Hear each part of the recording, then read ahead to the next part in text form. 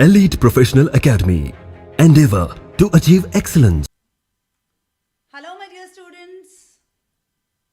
Welcome to the world of tax. Am I audible? Can you hear me? Please give a thumbs up in the comment box so that we can begin soon. Yes, my dear students. Okay. Everyone there?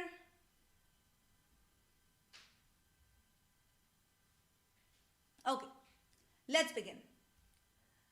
Welcome, my dear students, to the world of tax.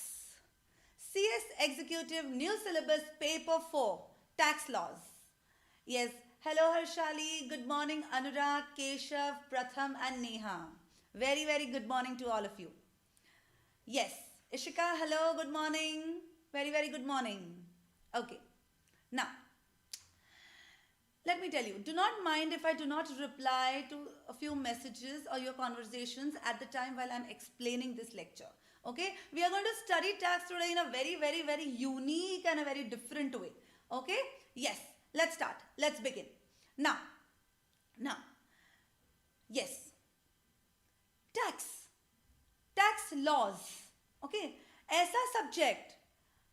Yes, Gayatri, if I'm not audible, that's not a complaint from anyone else. Please check the settings at your system.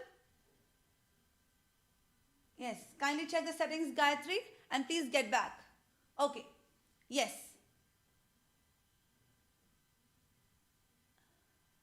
Okay, yes. Now, tax. एक ऐसा नाम, एक ऐसा subject, एक ऐसी concept जो हम अपनी रोज की लाइफ में कितनी बार सुनते हैं, राइट? अपनी डेली लाइफ, चाहे वो फैमिली हो, चाहे ऑफिस हो, चाहे वर्क प्लेस हो, चाहे योर कॉलेजेस, योर यूनिवर्सिटीज, हर जगह हम टैक्स वर्ड को कितनी बार सुनते हैं, राइट? बट क्या कभी हमने आज तक टैक्स इसके बारे में पढ़ाई करी है? Have we ever become acquainted with this subject? No. And now, from here till the end of your professional life, tax will always be your companion forever. Okay? Yes. Now, my dear students, okay, आप पूछोगे ma'am आपका नाम क्या है, आपके qualifications क्या है, आपके achievements क्या है? For me, nothing of this matters. Right now, what matters to me is my students. All my students should happily understand the concept of tax, and not just understand, should enjoy this journey. When you're able to do that, at that time, I would happily say that, yes, I could do it. Okay? Right now, Naam Vam, what is in the name, right? Shakespeare has already said that. That is not important right now. So what is important to me is my students. My students should be so happy with, and so should enjoy tax so well. That is the biggest reward for me. Okay? Yes. Let me give you a small summary of what actually is the content of your syllabus. Now, your paper 4 of CS Executive is of 100 marks. This tax laws paper is divided into two parts: direct taxation and indirect taxation. This direct tax comprises of income tax. Now, what do you mean by income tax? Right? What is direct tax? What is indirect tax? We are going to study each and every concept in detail as and how we move ahead. Okay? So, your direct taxation, which comprises of 50 marks, is made up of income tax. And that of your indirect taxation is split into two parts: GST, goods and services tax, and customs. Now, income tax is made up of 50 marks and is made up of 50 MCQs. Goods and service tax is for 45 marks and customs for 5 marks. And together they are made up of 50 marks and comprising of 50 MCQs. Now, क्या इनके लिए negative marking है? बिल्कुल है, जी हाँ है. One wrong question is going to cost you 0.25 marks. मतलब क्या? वो 1 मार्क जो गया तो गया, उसके साथ 0.25 मार्क्स भी जाएंगे. Okay? Yes. Now, before we go ahead and understand tax, understand laws, let me tell you one most important thing. ये जो भी इंडिया में लॉज है, जो भी इंडिया में एक्ट्स है, सारे एक्ट्स का एक ही सोर्स है, That is Constitution of India. Okay, what is it? Constitution of India. Bharat के संविधान में it is very necessary that that particular thing, that, yes, Harshali, do not worry, it is for both. Okay, yes, let me come back. Yes, Bharat का संविधान, right, it comprises of all the acts, of all the laws that are enacted in this independent nation. Okay, yes. Now, ये act बनता कैसे है? बनता कैसे? ये समझने के पहले we need to understand three important things about our constitution. Very, very unique things. That our constitution is the longest written constitution of any independent nation. Longest written constitution. It contains 448 articles and 12 schedules. Okay, not only this, the architect, who's the architect of our constitution? Dr. Baba Saheb Ambedkar. Okay, so longest written constitution, 448 articles and 12 schedules, and who's the architect? Dr. Baba Saheb Ambedkar. Now, हम act इतना बोल रहे हैं, act बनता कैसे है ये देखते हैं. Now, act बनता कैसे ये समझने के लिए you have to understand this very carefully. Constitution of India has three important organs. One, legislative, executive and judiciary. Okay, समझिए. Now you must be wondering, ma'am, हमें ये सब सीखने की क्या जरूरत है? Remember, जब background clear हो, जब base strong हो, तभी आप जब just remember your childhood. अगर आपका बेस स्ट्रांग है, अगर आपका प्रोनाउंसिएशन क्लियर है, तभी आज आप करेक्ट स्पेलिंग्स करते हो and you do not and up making spelling mistakes. Right? In the same way, tax is something that is going to be with you till the end of your professional life. इसलिए हमें अपना base clear करना बहुत ज़्यादा ज़रूरी है. Okay? Time पे syllabus complete हो जाएगा. You do not have to worry. That is my responsibility. And you have to do what? You have to understand, you have to concentrate on each and every concept. बस ऊपर से पढ़ना नहीं है. ऊपर से पढ़ना नहीं है. ये क्यों है? जब हम ये समझ पाएंगे कि ये क्यों है, तब हम सक्सेसफुली आगे अच्छे से कर पाएंगे. Okay, so let's come back. Constitution of India has three important organs: legislative organ, executive organ and judiciary organ. अब ये legislative organ करता क्या है? Legislative laws बनाता है. It makes laws. Now, who are involved in these legislative organs? Parliament and state legislature. Who are involved? Parliament and state legislature. Executive organ. Executive organ क्या करता है? उस laws को apply करता है. Enforces the laws. अब इस executive organ में कौन आता है? State government and central government. फिर आया judiciary organ. Judiciary organ क्या करता है? जो laws हमने बनाए हैं, क्या वो ठीक से फॉलो हो रहे हैं? राइट? क्या इसमें कोई प्रॉब्लम है? तो how to sort the problem? Okay, so who is comprised in the judiciary organ? Who? Courts. The Supreme Court and all the other high courts. Okay, so this is the Constitution of India. अब legislative organ क्या बनाती है? Laws बनाती है. Okay, acts बनाती है. अब ये act बनता कैसे है? जैसे सिचुएशन है, when while running the country, while running the administration of the country, while hearing to the police, while looking around the world, considering the external environment, what is required? Suppose अगर parliament या और state legislature को लगा कि अब वक्त आ गया है कि हम किसी मैटर को रेगुलेट करें, किसी मैटर को गवर्न करें, तो क्या होगा? तो क्या करते हैं वो लोग? एक ड्राफ्ट एक्ट बनाते हैं, प्रपोज्ड एक्ट बनाते हैं in the form of bill. Okay, yes. Okay Rahul, we'll do that, don't worry. 5 to 10 minutes, keep your patience, and then आप बोलोगे कि मैम धीरे पढ़ाइए. Okay, yes, please let me go by the flow. Yes, okay.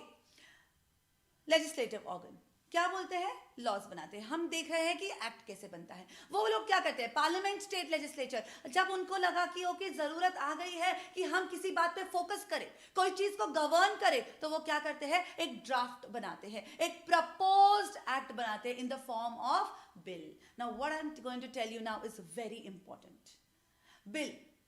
Bill is always of two types.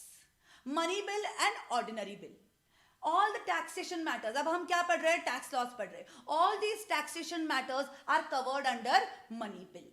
Okay, तो parliament और state legislature ने क्या किया, उन्होंने उनका ड्राफ्ट बना लिया, उनका बिल बना लिया, उनके पास बिल रेडी है. अब वो बिल लेके जाएंगे किसके पास, अब वो बिल लेके जाएंगे पार्लियामेंट के पास.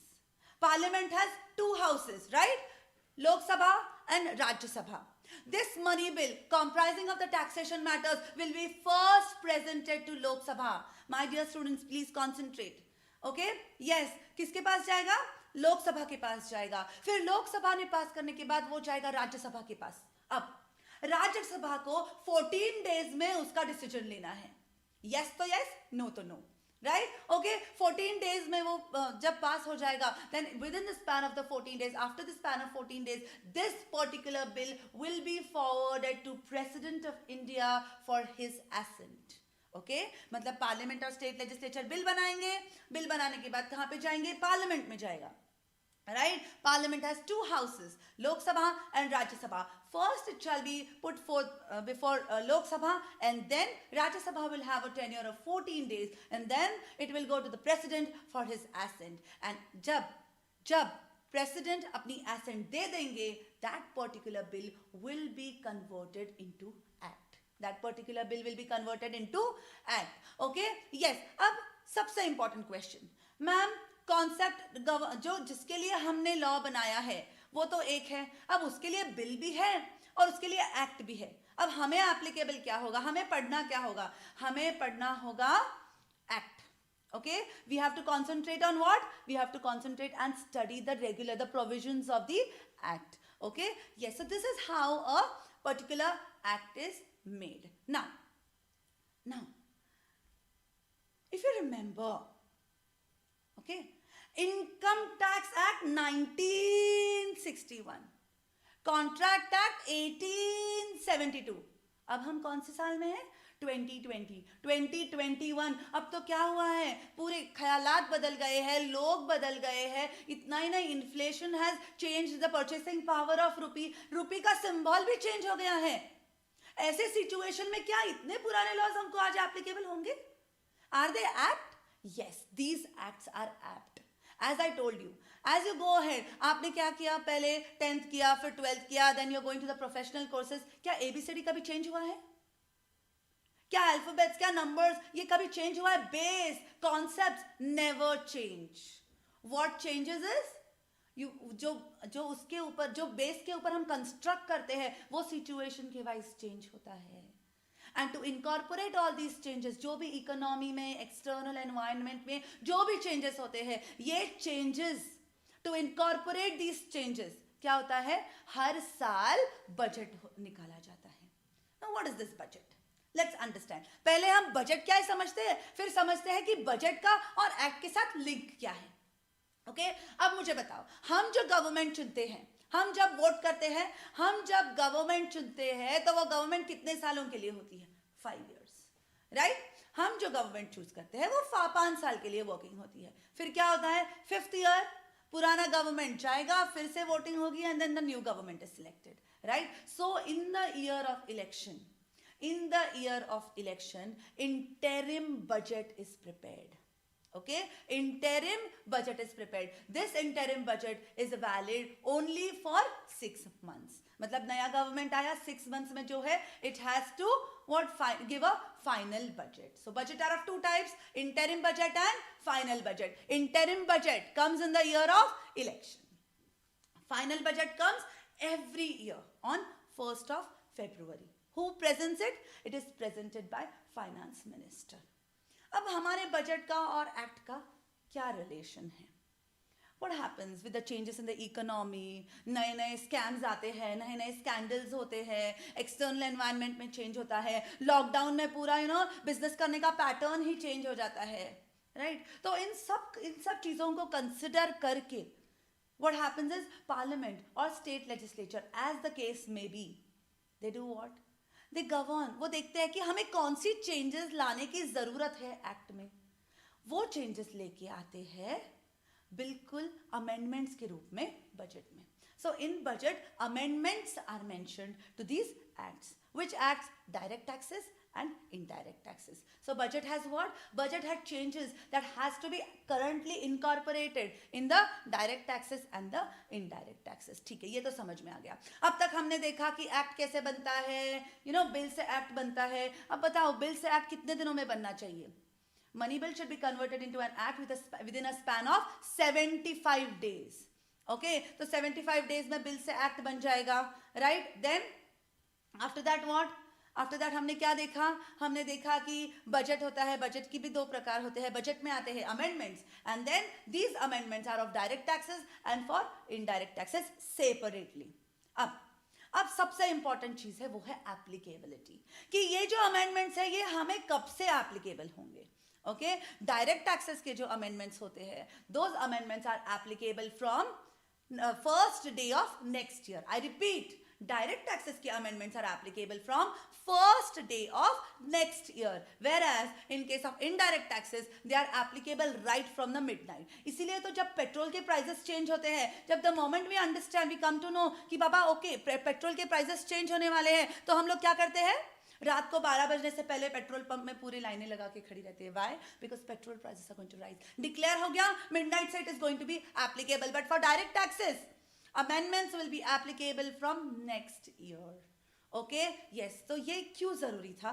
ये इसके लिए जरूरी था कि हमारे लिए हमारे एग्जाम के लिए मई या जून 21 के अटेम्प्ट के लिए एंड नवंबर या दिसंबर के अटेम्प्ट के लिए, okay, which budget is going to be applicable. Okay, for applicable budget is always going to be for June 21 attempt, the applicable budget will always be Finance Act 2020. Why? June 21, right? ये साल कब से start हुआ?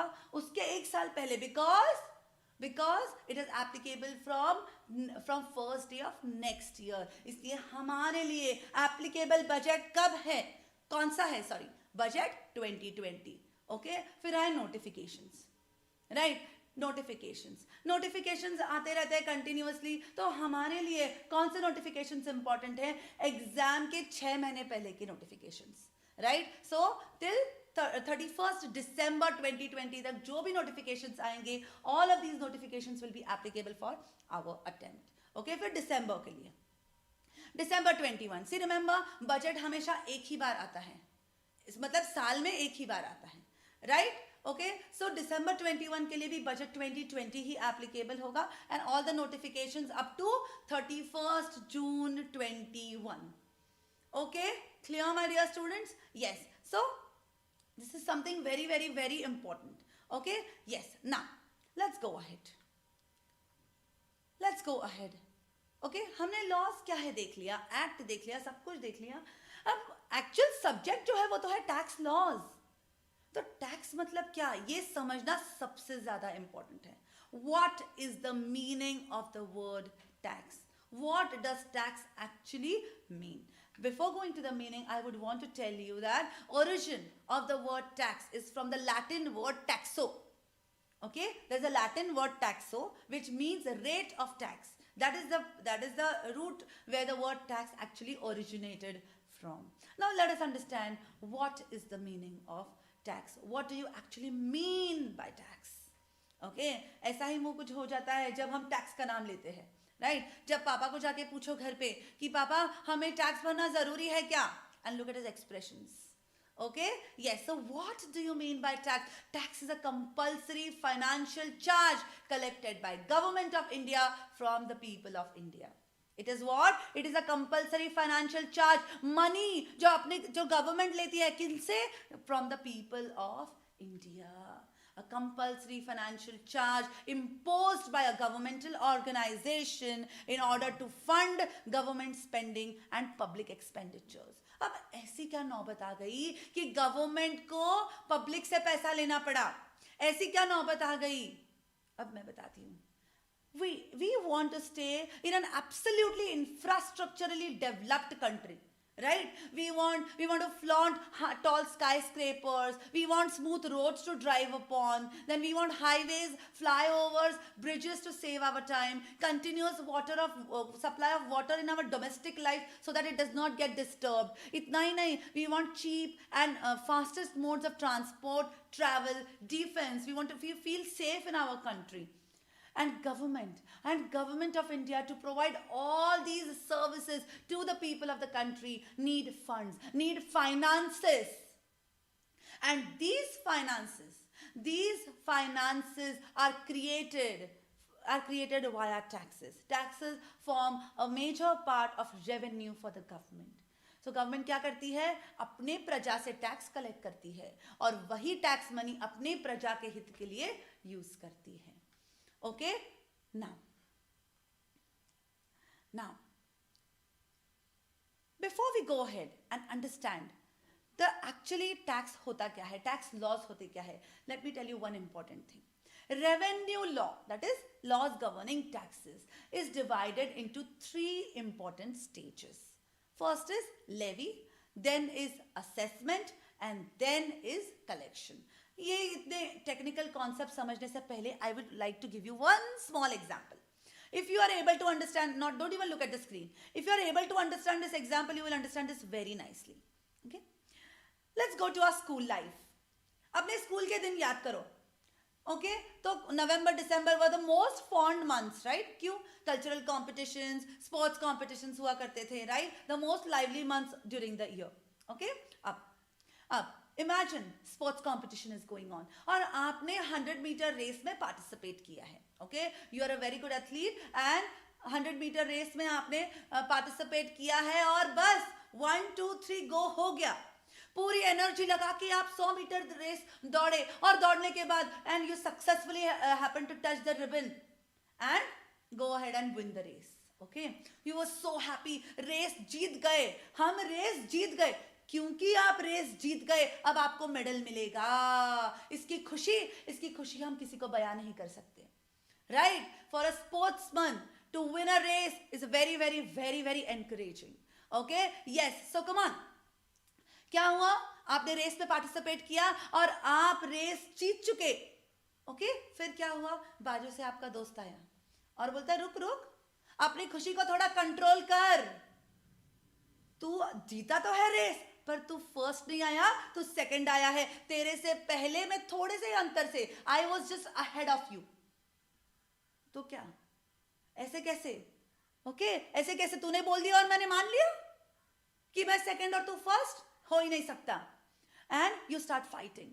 और आपस में भिड़ने के बाद वहां पे आपके पीई टीचर आते हैं और पीई टीचर कहते हैं कि wait wait wait, I will tell you. Yes my dear, आपके फ्रेंड फर्स्ट आया है और आप सेकंड आए हो. अब फाइनली पी टीचर ने, अथॉरिटी ने बोल दिया तो अब तो हमें मानना ही पड़ेगा. तो चलो ठीक है, कोई बात नहीं. ओके, सिल्वर मेडल तो सिल्वर मेडल तो लेके आए, नेक्स्ट टाइम हम गोल्डन लेके जाएंगे. ओके, तो you happily go to your P teacher and tell him okay ठीक है, सिल्वर मेडल ना तो दो, हमारा मेडल दो. तो वो क्या बोलते हैं? मेडल आज नहीं मिलेगा. मेडल आपको कब मिलेगा? एनुअल डे के दिन आपको आपका मेडल मिलेगा. चीफ गेस्ट के हाथ से डायस पे बुला के आपको एकदम ऑनर के साथ आपका मेडल मिलेगा. Means what? You win the race, that is the levy. Silver या गोल्डन, दैट सिल्वर मेडल मिला या गोल्डन मेडल मिला, ये है असेसमेंट का स्टेज. और एनुअल डे के दिन जब आपको मेडल मिलेगा, ये है कलेक्शन का stage. So levy is the stage where taxes are imposed, where liability is created. Okay, so there is a event. वो event आपने cross किया, आपने the moment you win the race, you are eligible for the award. बराबर है? So the moment you reach that event, taxes will be levied on you. Silver medal मिलेगा या golden medal मिलेगा. Okay, this will be decided by the assessment, and then annual day के दिन आपको मिलेगा आपका award. Okay, so these are the three important stages for any and every revenue law: levy, assessment, and collection. So levy means to impose, to create. Assessment means to quantify, and collection means to collect. Okay, now next. very important thing that I want to tell you further as a types of tax. Very important. क्यों important है? See, understand. I always tell you, and now also I'll tell you कि अपना base बहुत important है. जब तक आपको पता नहीं है कि ये direct tax है कि indirect tax है, right? तो how will you actually levy? बराबर है, because point of levy is different for direct tax, point of levy is different for indirect tax. अगर levy correct नहीं हुआ तो assessment कैसे correct होगा, collection कैसे correct होगा, right? So it is very important to understand the different types of taxes. Now taxes are of two types, direct tax and indirect tax. Okay, now let us understand what is meant by direct tax and what is meant by indirect tax. To understand this, I will give you one small very interesting example. Okay, हम सब लोग Domino's तो चाहे जाके आए हैं, एक बार तो क्यों ना हो ऐसे, you know, there would rarely be a person जिसने कभी डोमिनोज नहीं विजिट किया, करेक्ट? आप डोमिनोज में गए, आपने मेनू कार्ड देखा और आपने चूज किया कि ओके 210 वाला पिज्जा है ना, ओके मैं ये पिज्जा ही ऑर्डर करूंगी. ओके, देन मैंने क्या किया, I go to the Domino's person and उधर सेल्स एग्जीक्यूटिव को बोलती हूँ कि ओके मेरा ऑर्डर पंच करो, I want to order a pizza of 210 rupees. ठीक है, फिर आपने जेब में से निकाले ये लो 210 रुपए, तो क्या वो 210 रुपए लेके आपको पिज्जा देता है? चलो प्रैक्टिकल लाइफ एग्जांपल है, आप लोग बताओ. I am waiting for your answers in the comment section. क्या वो 210 रुपए लेके, मेनू कार्ड में क्या है 210 रुपए लिखे हैं, तो क्या वो आपसे 210 रुपए लेके आपको पिज्जा देगा? चलो बोलो come on, waiting for your answers in the comment section. Yes, my dear students. No one? Was it so complicated? मैं बताती हूँ. मेनू कार्ड में लिखा है 210 रुपए. ओके, ऑर्डर हमारी पंच हो गई उस पिज्जा के लिए, right? Yes Mridul, yes Ashika, absolutely right.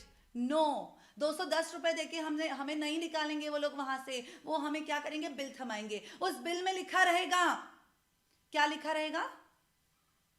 Pizza 210, taxes से 40 rupees. So total you have to pay Domino's 250 rupees. Correct? Right everyone? 250 rupees. मतलब डोमिनोज ने क्या किया, 210 रुपए अपने जेब में रखे, 210 रुपए अपने जेब में रखे for the pizza and 40 rupees taxes collect किए जो वो दे देंगे गवर्नमेंट को. मतलब क्या हो रहा है इधर? टैक्स एक्चुअली पे किसको करना है? डोमिनोज को करना है, पर उसने खुद के जेब से नहीं पे किए, हमसे वसूल किए. मतलब क्या? पे करना चाहिए डोमिनोज को, वसूल कर रहा है हमसे, बराबर है? मतलब वाया टैक्स जा रहा है गवर्नमेंट को, तो इसे कहा जाता है इनडायरेक्ट टैक्स.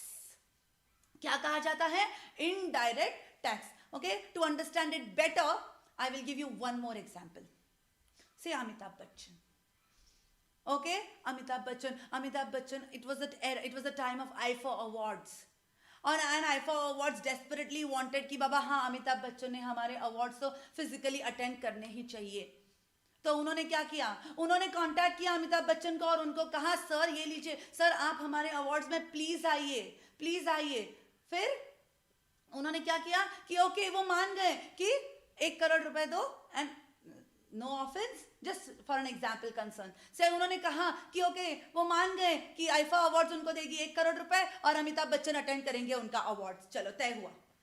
ओके, तो अमिताभ बच्चन आईफा अवार्ड्स का दिन आया, अमिताभ बच्चन ने आईफा अवार्ड्स में बस फर्स्ट सीट पे बैठ के फर्स्ट रो में बड़ी ही हंसी खुशी से ताली मार के एंजॉय किया अवार्ड्स को. And then what happened?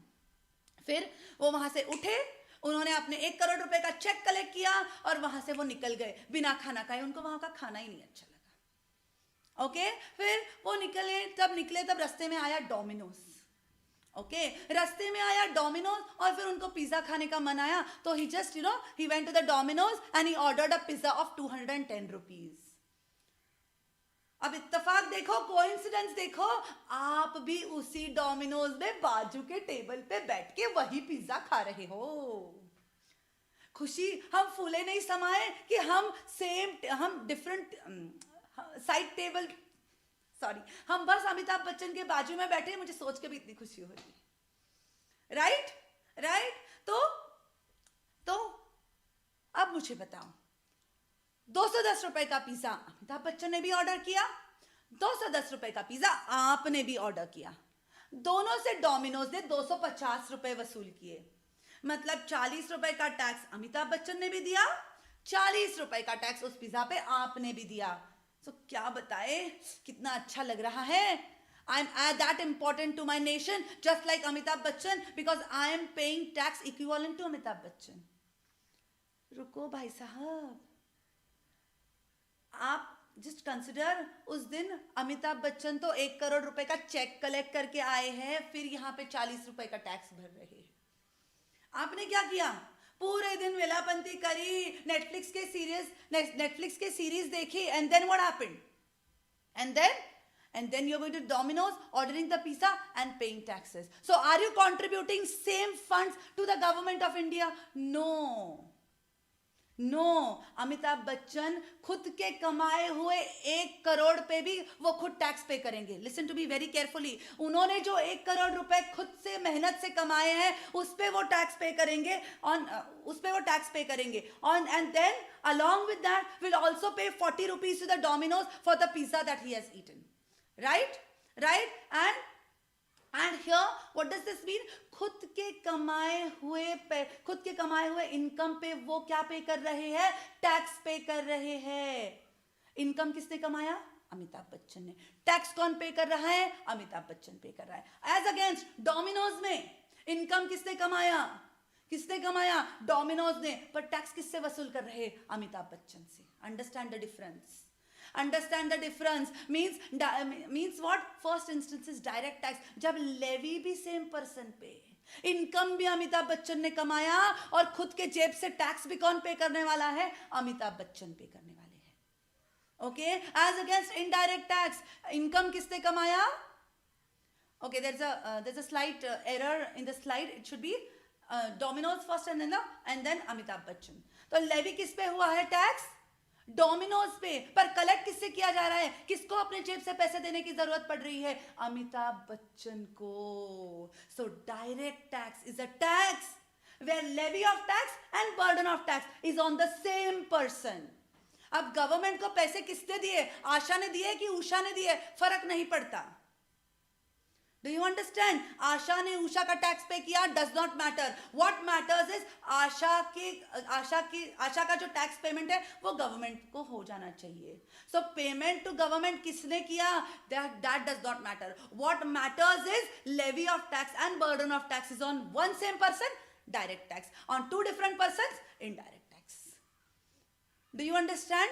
Okay, so this is the main difference. There are two types of taxes, direct tax and indirect taxes. Okay, yes, let's go ahead further. Let's see elaborately what is the distinction between direct tax and indirect tax. Meaning तो हम समझ लिए. What is the meaning? Direct tax, levy and burden on same person. Indirect tax, levy and burden on different persons. अब next देखो क्या लिखा है, direct tax is progressive, indirect tax is regressive. बराबर है ना, डायरेक्ट टैक्स इज प्रोग्रेसिव मतलब क्या। अब अमिताभ बच्चन का एग्जांपल हम कंटिन्यू करते हैं। अब अमिताभ बच्चन ने पहले साल कमाया 1 करोड़ रुपए, तो उन्होंने उस पर टैक्स पे किया, राइट। नेक्स्ट साल उन्होंने कमाया 10 करोड़ रुपए, तो उस पर ज्यादा टैक्स पे करेंगे ना। मतलब जितना इनकम बढ़ा उतना टैक्स बढ़ेगा। That is the case of direct tax. But in case of indirect tax, what happens in case of indirect tax, क्या होता है, उन्होंने पिज्जा ऑर्डर किया, राइट, फिर चाहे अमिताभ बच्चन ने क्यों ना ऑर्डर किया हो और या आपने क्यों ना ऑर्डर किया हो, टैक्स क्या होता है, सेम कलेक्ट किया जाता है, right. So indirect tax is regressive in nature. Next क्या है, इवेजन पॉसिबिलिटी।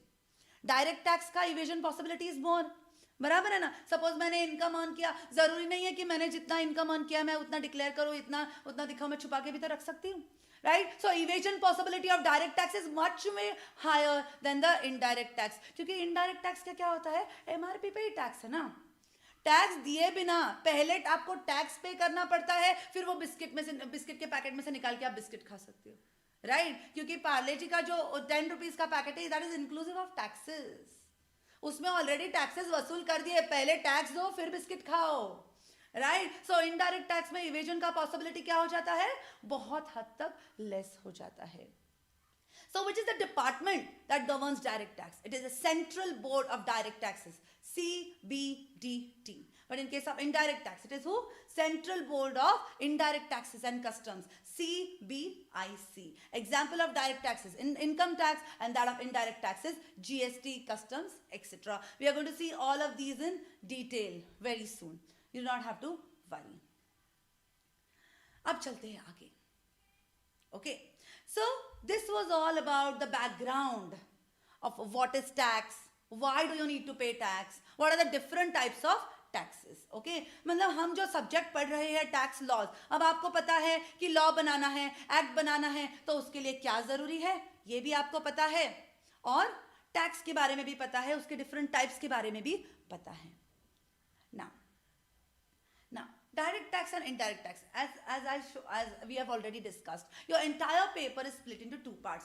पहले हम लोग पढ़ेंगे indirect tax का GST. First we are going to study what? GST.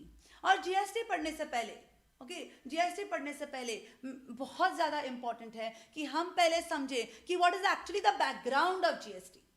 पहले हमें बैकग्राउंड समझना बहुत जरूरी है. एक बार हमने बैकग्राउंड अच्छे से समझ लिया, then GST is very very very simple.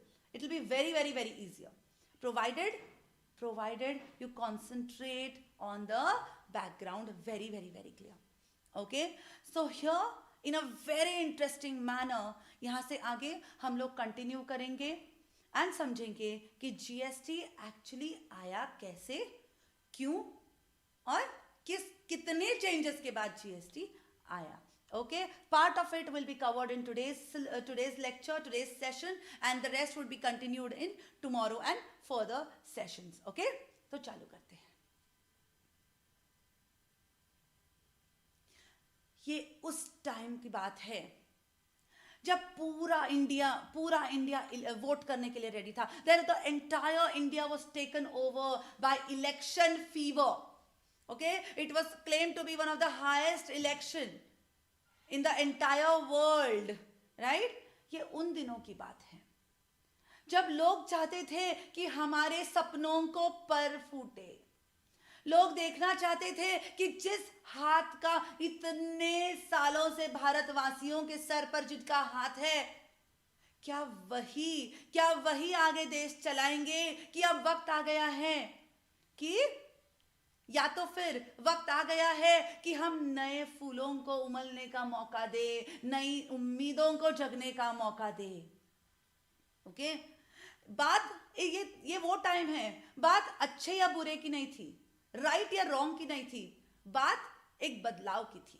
This election has proven to us that only constant thing in this life is change, right? Change is must. बदलाव ये हमेशा जरूरी है, ना कि आपने अपने लिए पर पूरे देश के लिए. So after realizing this, lots and lots of Indians came forward to cast their votes. Votes were casted, and there was a heavy competition between these two parties. And then came the day of result, and the result saw the doom of Congress and the what? And then the BJP was elected, right? Uske baad, when BJP won the elections, Narendra Modi was elected as the Prime Minister of India. He took the oath as the Prime Minister of India. उन्होंने अपने भारतवासियों को नए सपने दिखाए, right, नई उम्मीदें जगाई. Then he not only flared the tricolor in India, but also was determined to flare the tricolor all across the world. इन नई उम्मीदों के साथ उन्होंने he started his journey as the Prime Minister of India.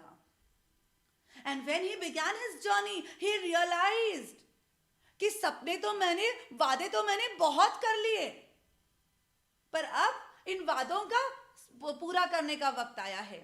He began to think, where should I start from? कहाँ पे मैं अपने भारतवासियों के सपनों को पूरा करने की जर्नी मैं कहाँ से शुरू करूं? and he began his journey as Prime Minister of India towards fulfilling the requirements of Indian economy. उन्होंने रियलाइज किया अगर इंडिया को अच्छे दिन देखने हैं, अगर इंडिया को डेवलपमेंट के राह पे लेके जाना है, अगर हमें इंडिया में एम्प्लॉयमेंट करना है, तो ये बहुत ज़रूरी है कि फॉरेन एक्सचेंज भी इंडिया में आए और फॉरेन इन्वेस्टर्स इंडिया में इन्वेस्ट करें. बहुत ज़रूरी था कि ज़्यादा से ज़्यादा फॉरेन मनी, ज़्यादा से ज़्यादा फॉरेन एक्सचेंज इंडिया में पूल किया जाए. So he came up with this Make in India concept for the Indians. Right? For the benefit of India, he came with this Make in India concept. In Make in India concept, say, he wanted more and more foreign money to flow into India, more and more foreign investors, more and more foreign manufacturers. He wanted these manufacturers to come and set their businesses in India.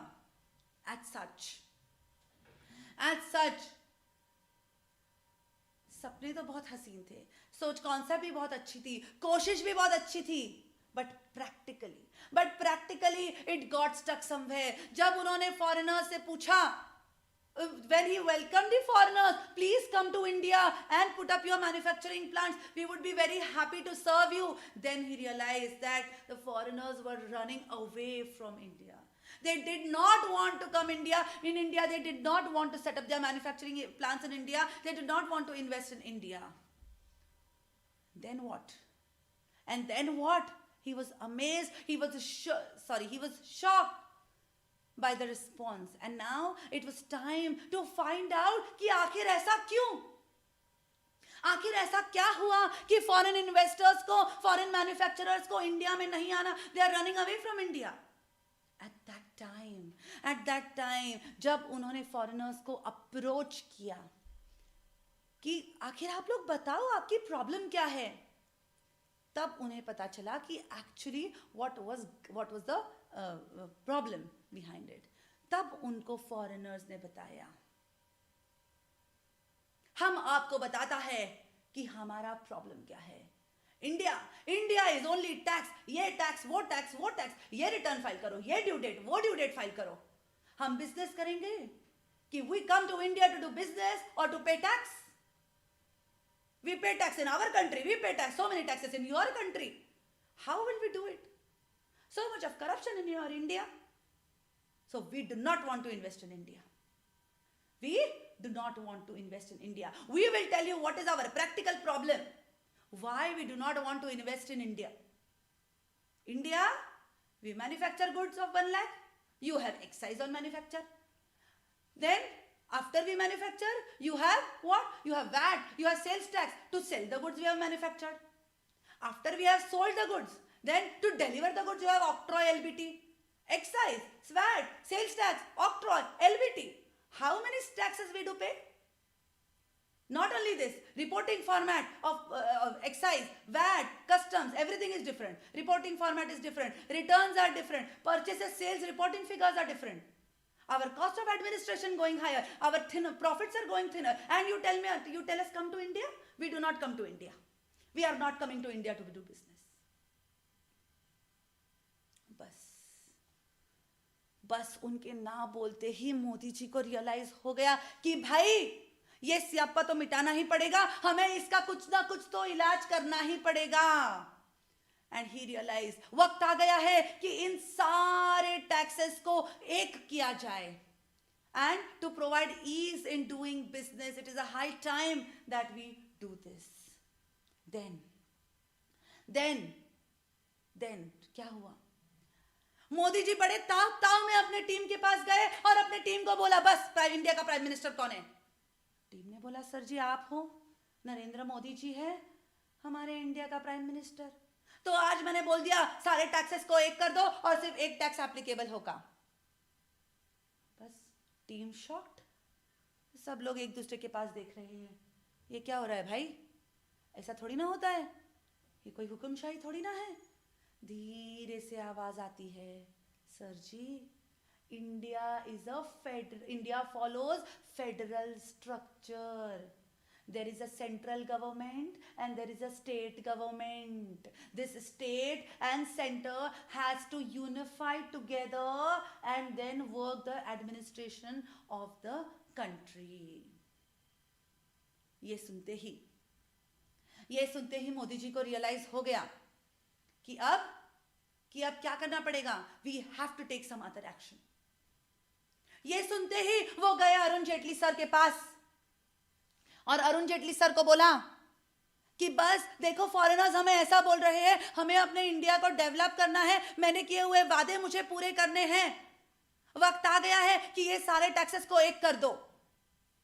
तो Arun Jaitley sir ने बोला, sir जी आप जो बोल रहे हैं वो एकदम टू द पॉइंट बात है, वो एकदम करेक्ट बात है. हम ये मान तो लेते हैं कि सारे टैक्सेस को हमको एक करना है, जरूरी है, पर क्या आपको लगता है इसकी कोशिश किसी ने कभी की नहीं? 2004 से इसकी कोशिश चल रही है. 2004 से जीएसटी का ड्राफ्ट रेडी है, बस उसको लाना जरूरी है. तब मोदी जी ने बोला, आज तक नहीं हुआ वो हम करेंगे. आज तक अगर जीएसटी नहीं आया तो हम लेके आएंगे, बनाया चाहे जिसने भी हो. क्या मैटर करता है? एंड मैटर करता है. हम इंप्लीमेंट करेंगे जीएसटी, हम लाएंगे जीएसटी अपने देश में और अपने देशवासियों के लिए भी. हम क्या करेंगे? हम वन टैक्स लाएंगे ताकि वो अपने बिजनेस पे फोकस कर सके. ऐसे में अरुण जेटली सर ने बोला, बढ़िया है सर, बात तो आप एकदम करेक्ट कर रहे हो और करना हमें ऐसे ही चाहिए. तो चलो स्टार्ट कर देते हैं हम ऐसा लाना. सबसे पहले अगर हमको नया एक्ट लेके आना है तो हमको हमारे संविधान में चेंज करना पड़ेगा, हमें हमारे कॉन्स्टिट्यूशन में चेंजेस करने पड़ेंगे. करेक्ट? तो हमें हमारे कॉन्स्टिट्यूशन में हम लोग रिक्वायर्ड चेंजेस करते हैं. अब कॉन्स्टिट्यूशन में है 448 आर्टिकल्स. उस आर्टिकल्स में से हमारे लिए 18 आर्टिकल्स इंपॉर्टेंट है. हम वो 18 आर्टिकल देखेंगे, 7th शेड्यूल को रेफर करेंगे. कुछ ओल्ड आर्टिकल्स है, मतलब जो आर्टिकल्स ऐसे हैं हमारे कॉन्स्टिट्यूशन में जो हम एज इट इज ले सकते हैं. ओके, कुछ ऐसे आर्टिकल्स हमको अपने वन नेशन वन टैक्स के लिए हमें कुछ नए आर्टिकल्स इंट्रोड्यूस करने पड़ेंगे और कुछ है वो आर्टिकल्स हमको अमेंड करने पड़ेंगे. ओके, तो ये सब हो जाएगा. फिर हमको ये चेंजेस करना पड़ेगा, हमको वो चेंजेस करना पड़ेगा. सेंट्रल गवर्नमेंट का रेवेन्यू इतना बढ़ जाएगा, स्टेट गवर्नमेंट के रेवेन्यू को इस प्रकार मैनेज करना पड़ेगा. मोदी जी खामोश. जी, वन नेशन वन टैक्स लाने के बाद क्या होगा ये तो आप मुझे बता रहे हो, पर ये बताने से पहले ये तो बताओ कि अभी का सिचुएशन क्या है. जब मैं अभी का सिचुएशन ठीक से समझ पाऊंगा तभी तो मैं ये समझ पाऊंगा कि जीएसटी के लाने के बाद, वन नेशन वन टैक्स लाने के बाद क्या होगा. वो हमें बताया गया है article 245 of Indian constitution. It says, subject to provisions in Constitution, Parliament may make laws. Parliament may make laws for whole or part of India, and legislative of state may make laws for whole or part of state. अच्छा, मतलब आप बता रहे हो कि article 245 बताएगा हमको कि हद क्या है पार्लियामेंट की और स्टेट लेजिस्लेचर की. अच्छा, तो लॉ बनाएंगे पार्लियामेंट और स्टेट लेजिस्लेचर, इनका हद बताया गया है आर्टिकल 245 में. पर मुझे एक बात बताओ जेटली जी, आप जब मुझे ये आर्टिकल के बारे में बता रहे थे तो आपने क्या बोला? मे. तो आपने मे पे इतना क्यों फोकस किया? आपने मे में इतना क्यों फोकस किया? तो जेटली जी बोलते हैं सवाल तो बिल्कुल सही है. मे पे मैंने इसलिए इतना फोकस किया क्योंकि मे मतलब ऑप्शनल. पार्लियामेंट और स्टेट लेजिस्लेचर के पास कुछ आइटम्स होते हैं, कुछ मैटर्स ऐसे होते हैं जिन पे उनको लॉज बनाना पड़ता है, पर लॉज बनाना या नहीं बनाना ये ऑप्शनल है. इतना ही नहीं, आपका अगला सवाल भी मैं जज करता हूं. आप बोलोगे फिर आपने होल और पार्ट पे क्यों इतना स्ट्रेस किया? मैं बताता हूं. इंडिया में कितने स्टेट्स है? 28 स्टेट्स है। अगर पार्लियामेंट ने एक्ट बनाया और अगर उनको पूरे की पूरे 28 स्टेट्स पे एप्लीकेबल न करके सिर्फ 10 स्टेट्स पे एप्लीकेबल करना है, तो क्या वो कर सकते हैं? हाँ कर सकते हैं। इसलिए वो वर्ड ऐड किया है, होल, सारे की सारे 28 स्टेट्स या तो फिर सिर्फ 10 states, that is part of India. So ये मतलब है मे का और होल और पार्ट का। ओके तो आर्टिकल 245 ने हमको हद तो बता दी, तो मैं आपको आगे लेके जाता हूं। हद बता दी किसके लिए? जो लॉज पार्लियामेंट और स्टेट लेजिस्लेचर बनाएंगे। पर अब कौन सा लॉज कौन बनाएगा? पार्लियामेंट कौन से लॉज बनाएंगे, स्टेट लेजिस्लेचर कौन से लॉज बनाएंगे, ये बताया गया है हमको आर्टिकल 246 में। आर्टिकल 246 क्या बोलता है? सब्जेक्ट मैटर, सब्जेक्ट मैटर कि कौन से पावर्स हैं, ओके, सेंट्रल गवर्नमेंट के पास, पार्लियामेंट के पास और स्टेट लेजिस्लेचर के पास। Okay yes, so what does article 246 tell us? आप बताइए। 246 बताता है सब्जेक्ट मैटर। उस आर्टिकल 246 में एक शेड्यूल 7 है, उस शेड्यूल 7 में एक लिस्ट है। उस शेड्यूल 7 के एक लिस्ट में बताया गया है कि सब्जेक्ट मैटर किसके पावर्स कौन से हैं। लिस्ट 1 है यूनियन लिस्ट, लिस्ट 2 है स्टेट लिस्ट, लिस्ट 3 है कॉन्करेंट लिस्ट। अब लिस्ट 1 क्या है? यूनियन लिस्ट, बराबर है? क्या है? Union list. यूनियन लिस्ट देती है पावर्स टू सेंट्रल गवर्नमेंट, मतलब पार्लियामेंट। पार्लियामेंट कौन से मैटर्स पे लॉ बना सकता है? यूनियन लिस्ट में जो भी मैटर्स मेंशन रहेंगे उन मैटर्स पे पार्लियामेंट लॉ बना सकता है। ओके तो उसको एग्जीक्यूट कौन करेगा? सेंट्रल गवर्नमेंट ये लॉज एग्जीक्यूट करेगा। अब इसमें मैटर्स कौन से आते हैं? Banking, defence, railways, foreign trade, ऐसे कुछ मैटर्स है जो यूनियन 1 के लिस्ट में है, जिनको सिर्फ पार्लियामेंट ही छू सकती है। उन मैटर्स में और कोई भी इंटरफियर नहीं कर सकता। और एग्जीक्यूट कौन करेगा? Central government. अगर पार्लियामेंट लॉ बना रही है तो एक्सटेंट कहां पे दिया है? 245 में। पार्लियामेंट ने अगर लॉ बनाया तो it will be applicable to whole और पार्ट ऑफ इंडिया। ओके ये आया यूनियन लिस्ट। अब लिस्ट 2 की बारी आई, स्टेट लिस्ट। स्टेट लिस्ट में पावर्स किसको दिए गए हैं? स्टेट गवर्नमेंट को, स्टेट लेजिस्लेचर को। स्टेट लेजिस्लेचर क्या करेगी? उस पे लॉज बनाएगी। और एग्जीक्यूट कौन करेगा? स्टेट गवर्नमेंट एग्जीक्यूट करेगा। कौन से matters? Agriculture, police, prison, liquor, ये कौन से मैटर्स है? ये किसके पावर्स है? स्टेट लिस्ट के पावर्स है। ओके अब आया लिस्ट 3, सबसे इंटरेस्टिंग, कॉन्करेंट लिस्ट।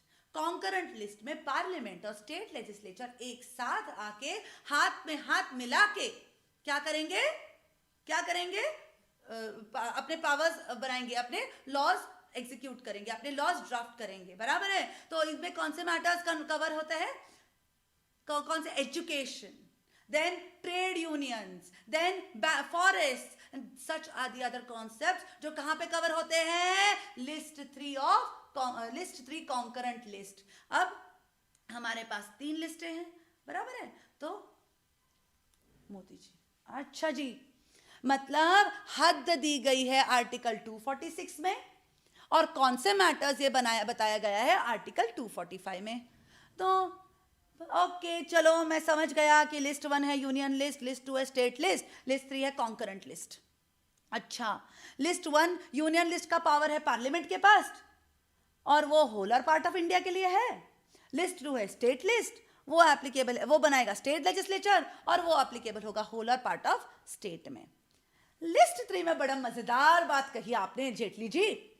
आप कहते हो कि पार्लियामेंट और स्टेट लेजिस्लेचर हाथ में हाथ मिला के काम करेंगे। आप कहते हो कि सेंट्रल गवर्नमेंट और स्टेट गवर्नमेंट के हाथ में हाथ मिला के कुछ काम करेंगे। ये बात हमको कुछ समझ में नहीं आई। अगर ऐसा कुछ हुआ कि पार्लियामेंट और स्टेट लेजिस्लेचर एक दूसरे के साथ भिड़ गए, ओके, एक ही मैटर पे दोनों ने अलग अलग लॉज बनाए, तो फिर आप क्या करोगे? ठंड रखिए, इसका भी प्रोविजन करके रखा है हमारे कॉन्स्टिट्यूशन में। हमारा कॉन्स्टिट्यूशन बोलता है कि अगर पार्लियामेंट और स्टेट लेजिस्लेचर में कोई कॉन्फ्लिक्ट आई तो कौन प्रिवेल करेगा? इंडिया का सुप्रीम लेजिस्लेटिव बॉडी। लेजिस्लेटिव मतलब जो लॉ बनाएगा। लॉ बनाने का सबसे सुप्रीम पावर होता है पार्लियामेंट के पास। इसलिए अगर दोनों भिड़ गए तो who is going to prevail? Parliament is going to prevail. ठीक है, पर इसको भी एक एक्सेप्शन दिया गया है, आर्टिकल 254। कौन सा? आर्टिकल 254। आर्टिकल 254 हमको बोलता है कि अगर प्रेसिडेंट को लगे, अगर प्रेसिडेंट ऑफ इंडिया को लगे कि स्टेट ने जो लॉ बनाया है वो ज्यादा एप्ट है या वो अडॉप्ट करना पड़ेगा, तो प्रेसिडेंट के एसेंट से, प्रेसिडेंट के एसेंट होगा तो स्टेट लेजिस्लेचर का लॉ प्रिवेल होगा। ओके, मतलब अगर दोनों भिड़ गए तो पार्लियामेंट प्रिवेल किया, और अगर प्रेसिडेंट का एसेंट होगा तो ही सिर्फ स्टेट लेजिस्लेचर प्रिवेल करेगा। ये दिया गया है हमें आर्टिकल 254 में। अच्छा, तो सारी चीजों का प्रोविजन बंदोबस्त तो हो गया है बढ़िया से। ठीक है, हमें एक चीज में बड़ा इंटरेस्ट है जेटली जी, जब आप हमको यूनियन लिस्ट दिखा रहे थे तो हमारा ध्यान कहीं तो आइटम नंबर, एंट्री नंबर 97 पे गया। एंट्री नंबर 97 कहता है कि any other matter not enumerated in list 1, list 2 और लिस्ट 3। मतलब अगर ऐसा कोई मैटर जिसपे लिस्ट 2 या लिस्ट 3 में कवर नहीं होगा तो क्या हम उस पे लॉ बना सकते हैं? क्या हम उसके बारे में सोच सकते हैं? सही पकड़े हैं। Yes, you are absolutely right, absolutely right, and your observation right. Entry number 97 of union list बोलता है कि अगर लिस्ट 2 या लिस्ट 3 मतलब स्टेट लिस्ट को अगर किसी सब्जेक्ट में पावर नहीं दिया गया है तो पार्लियामेंट उस पे लॉ बना सकती है। और इसको सपोर्ट करने के लिए और एक आर्टिकल 248 भी है जिसमें रेसिडुअल पावर्स दिए गए हैं। तो आर्टिकल 245 बोलता है एक्सटेंट, आर्टिकल 246 बोलता है सब्जेक्ट मैटर, आर्टिकल 254 बोलता है कि अगर पार्लियामेंट और स्टेट लेजिस्लेचर में कॉन्फ्लिक्ट हुआ तो parliament will prevail subject to an exception of president's assent. And article 248 बोलता है कि रेसिडुअल पावर्स दिए गए हैं पार्लियामेंट को, कि अगर कोई मैटर पे स्टेट ने नहीं बनाया होगा, कोई स्टेट को पावर्स नहीं दिए गए होंगे, तो centre can make laws, parliament can make laws on that particular subject matter. ठीक है, अब चलते हैं आगे। ओके, अब मैं आपको बताता हूं मोदी जी, मैं आपको बताता हूं कि करंट सिचुएशन क्या है, क्यों हमें वन टैक्स। मैं आपके फुल सपोर्ट में हूं। आप जो बोल रहे हो one nation one tax, that is an absolute necessity. अब मैं आपको बताता हूं कि प्री जीएसटी आज का सिचुएशन क्या है, बिकॉज यू आर स्ट्रेसिंग। आप जानना चाहते हो कि क्यों फॉरेनर्स इंडिया में नहीं आना चाहते। अगर रॉ मटेरियल इंपोर्ट किया तो कस्टम्स पे करो, वो रॉ मटेरियल फैक्ट्री में लाके मैन्युफैक्चरिंग किया तो एक्साइज पे करो, बनाए हुए माल को बेचने के लिए सेल्स टैक्स पे करो, और फिर सेल्स करने के बाद अगर कोई आफ्टर सेल सर्विसेज दो तो उस पर सर्विस टैक्स पे करो। फिर इतने सब खर्चे, इतने सब टैक्सेस बेयर करने के बाद अगर जेब में कोई इनकम बच जाए तो उस पर इनकम टैक्स पे करो। इस बर्डन के आगे आज का आदमी, भारतवासी नहीं फॉरेनर्स भी इसीलिए इंडिया से भाग रहे हैं। इसलिए अभी जरूरी है कि हम इन सारे टैक्स को सबस्यूम करके एक टैक्स बनाएं, वन नेशन वन टैक्स बनाएं। Absolutely right. मेरे भाइयों और मेरी बहनों के लिए यह बेहद जरूरी है कि अब वक्त आ गया है कि गुड्स एंड सर्विसेज टैक्स सिर्फ अपने पेपर पे नहीं, एक्चुअल इंप्लीमेंटेशन की करने की जरूरत है। One nation one tax one market, GST India में बिल्कुल आएगा और इंडिया में इंप्लीमेंट जरूर होगा।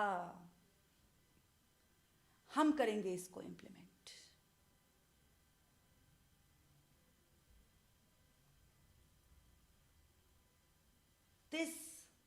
This is why, yes, my dear students, this is why these were the major practical problems which was faced by Indian businessmen and people and foreign investors or foreign manufacturers who wanted to do business in India. So we actually, it was a urgent necessity, utmost necessity for seeing development in the Indian economy, that one nation one tax be introduced. ये पूरा background है कि GST क्यों introduce हुआ अपने पूरे why it was introduced in India. Okay, so आज के इस सेशन में सबसे इंपॉर्टेंट चीज हमने क्या देखी कि जीएसटी इंडिया में क्यों जरूरी था. बैकग्राउंड ऑफ जीएसटी के पहले क्या क्या थे, which are all the taxes that were covered. ये थोड़ा थोड़ा डिटेल में हम लोग आगे देखेंगे जैसे कि हम अगले सेशंस में आगे बढ़ेंगे. Okay, yes, so let's do a quick revision of what actually we did in the session today. हमने क्या देखा? सबसे पहले तो बिल को एक्ट में कन्वर्ट होने के लिए प्रोसीजर देखा. फिर हमने देखा कि बजट कितना जरूरी है. बजट लेके आता है जो भी चेंजेस हम चाहते हैं एक्ट में हो करंट सिनारियो के हिसाब से. उसके बाद हमने क्या देखा कि What did we see? कि what was the actual background of GST? और अगर हमको GST लेके आना है तो हमें ये समझना जरूरी है कि हमारे कॉन्स्टिट्यूशन ने किसको कौन से पावर्स दिए हैं. बिकॉज GST सेंटर और state, it is a dual tax model. ये हम लोग कल देखेंगे. It is a dual tax model. Dual tax model मतलब सेंटर और स्टेट मिलके जीएसटी लेने वाले हैं, कलेक्ट करने वाले हैं. इसलिए उनका एक्सटेंट, उनकी एप्लीकेबिलिटी, उनके पावर्स, ओके, ये समझना बहुत ज्यादा जरूरी है. इसलिए I tried to give as much as basic knowledge which was required to construct this entire new tax subject. Okay, rather this entire new tax. Okay, so come on my dear students, with me once again. Article 245 of Indian Constitution speaks of extent. Law कौन बना सकता है? Who are the legislative body? Constitution of India के 3 organs है. एक legislative organ जो law बनाएगा, उसमें कौन है? पार्लियामेंट और स्टेट लेजिस्लेचर. एक एग्जीक्यूटिव जो उस लॉ को निभाएगा, एनफोर्स करेगा, सेंट्रल गवर्नमेंट और स्टेट गवर्नमेंट. और एक जो जुडिशियरी जो इंटरप्रीट करेगा लॉ को. उसमें आएंगे कोर्ट्स, सुप्रीम कोर्ट एंड सारे high courts. Okay, yes. Legislative power, law बनाने की पावर पार्लियामेंट और स्टेट लेजिस्लेचर को दी है. उसमें आर्टिकल 246 बोलता है एक्सटेंट, हद, कि पार्लियामेंट और स्टेट लेजिस्लेचर के बनाए हुए एक्ट्स कहां तक एप्लीकेबल होंगे. Okay, yes. देन आगे हमने 246 आर्टिकल में देखा पावर्स, सब्जेक्ट मैटर, किसको कितने पावर्स दिए गए हैं. ओके, तो उसमें हमने देखा कि शेड्यूल 7 है. ओके, शेड्यूल 7 ने एक लिस्ट दिया है. उस लिस्ट में 3 पार्ट्स है. List 1 union list, list 2 state list, list 3 concurrent list. List 1 देता है powers to central government. List 1 के सब्जेक्ट मैटर में कौन लॉज बना सकता है? Parliament, and it is applicable to whole और पार्ट ऑफ इंडिया. फिर लिस्ट 2 है स्टेट लिस्ट. स्टेट लिस्ट ने किसको पावर्स दिए हैं? स्टेट गवर्नमेंट को पावर्स दिए हैं. राइट, किसको पावर्स दिए हैं? स्टेट गवर्नमेंट को पावर्स दिए हैं. और उसमें कौन लॉ बना सकता है? स्टेट लेजिस्लेचर लॉ बना सकता है. और it is applicable to whole और part of state. Okay, and then list 3 is concurrent list. Concurrent list में पार्लियामेंट और स्टेट लेजिस्लेचर एक साथ आके क्या करेंगे? लॉज बनाएंगे. ओके, नाउ अगर पार्लियामेंट और स्टेट लेजिस्लेचर मतलब they come up with different laws, then who will prevail? Article 254 says that Parliament will prevail. अगर प्रेसिडेंट, एक्सेप्शन क्या है? अगर प्रेसिडेंट एसेंट देते हैं, अगर प्रेसिडेंट एसेंट देते हैं तो स्टेट लेजिस्लेचर का law will prevail. Okay, parliament और स्टेट लेजिस्लेचर में अगर वो कॉन्फ्लिक्ट हो गई तो आर्टिकल 254 बोलता है कि पार्लियामेंट विल प्रिवेल. और एक एक्सेप्शन है कि प्रेसिडेंट का एसेंट अगर मिल जाए तो कौन प्रिवेल करेगा? स्टेट लेजिस्लेचर का लॉ प्रिवेल करेगा. ओके, फिर आगे हमने देखा कि रेसिड्यूअरी पावर्स दिए गए हैं. यस, दिए गए हैं. किसको दिए गए हैं? एक तो पार्लियामेंट को दिए गए हैं क्योंकि वो यूनियन लिस्ट में मेंशन्ड है. यूनियन लिस्ट का एंट्री नंबर 97 बोलता है कि any matters not enumerated in list 2 और लिस्ट 3. और इसके साथ साथ एक सब्सिडियरी पावर्स भी दिए गए हैं article 248 of Constitution of India में. Understanding my dear students. Okay, फिर हमने देखा कि बैकग्राउंड ऑफ पूरा की पूरा GST. So I hope you all are enjoying the session.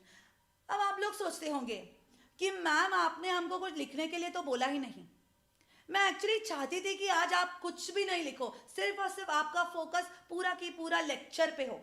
Okay एक बार अगर हम अच्छे से समझ पाए तो हम लोग उसको अच्छे से लिख सकते हैं। In these live lectures I would request you to not write anything but focus on what we are actually understanding, what we are actually learning. अगर आपने स्लाइड्स को अच्छे से देखा होगा तो आप देखोगे मैंने स्लाइड्स पे कहीं पे हर जगह जो स्लाइड मैं चाहती हूँ कि आप अच्छे से आपके नोटबुक्स में लिखो, उन पे मैंने नोट डाउन करके एक मैसेज दिया है। तो जिस भी स्लाइड्स पे ये वीडियो आप समझ चुके हो, ये अनलिमिटेड टाइम आप व्यू कर सकते हो, तो मैं रिक्वेस्ट करती हूँ कि आप ये लेक्चर सेशन खत्म होने के बाद आप इस सेशन को फिर से एक बार सुनिए, आप समझिए, एंड देन जो भी स्लाइड मैंने नोट डाउन करके मैसेज किया है, kindly take this down in your notebooks in a proper elaborate manner, in बहुत अच्छे से, ताकि आप लोग क्या करोगे, अच्छे से समझ लिया ड्यूरिंग द लेक्चर, और वापस जब हम लोग लिखेंगे it will be a kind of automatic revision to us. बराबर है ना? जब तक आप नोटबुक में उसको ठीक से लिखोगे नहीं तब तक आप अगले सेशन में अच्छे से समझोगे ही नहीं। And I know my dear students they will follow the instructions, because अपना टारगेट कोई चुन्नू मुन्नू सा टारगेट नहीं है, अपना टारगेट बहुत बड़ा है, और जिनका टारगेट बड़ा होता है उनको सिस्टमैटिक और मेहनती दोनों होना बहुत बहुत बहुत ज्यादा जरूरी है। तो it is my humble request to all my dear students कि ये लेक्चर होने के बाद, ये वीडियो होने के बाद इसको फिर से सुनिए, और वहां जहां पे भी नोट डाउन करके पॉपअप है वो सारे स्लाइड्स अच्छे से अपने नोटबुक्स में राइट डाउन कीजिए। Okay, yes, so my dear students, thank you very much. So this was GST